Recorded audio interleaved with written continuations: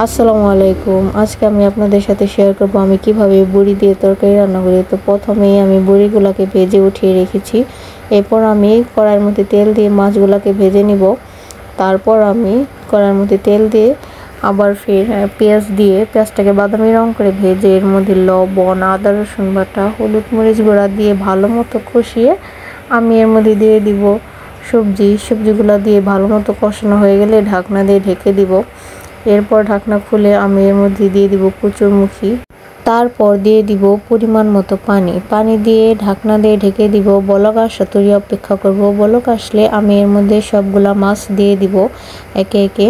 মাছ দেওয়া হয়ে গেলে আমি আবার ঢাকনা দিয়ে ঢেকে তারপর খুলে এর মধ্যে আমি কাঁচামরিচ আর বড়িগুলো দিয়ে দিব। আর একটু ঝোল ঝোল অবস্থায় দিব, তা না হলে কিন্তু ঝোল একদম শুকিয়ে যাবে, বড়িতে কিন্তু ঝোল টেনে নেবে। আর কাঁচামরিচটা তরকারি নামানোর আগে দিই, এতে করে কিন্তু সুন্দর একটা ঘ্রাণ বের হয় তরকারিতে থেকে। তো এভাবেই আমি রান্না করি।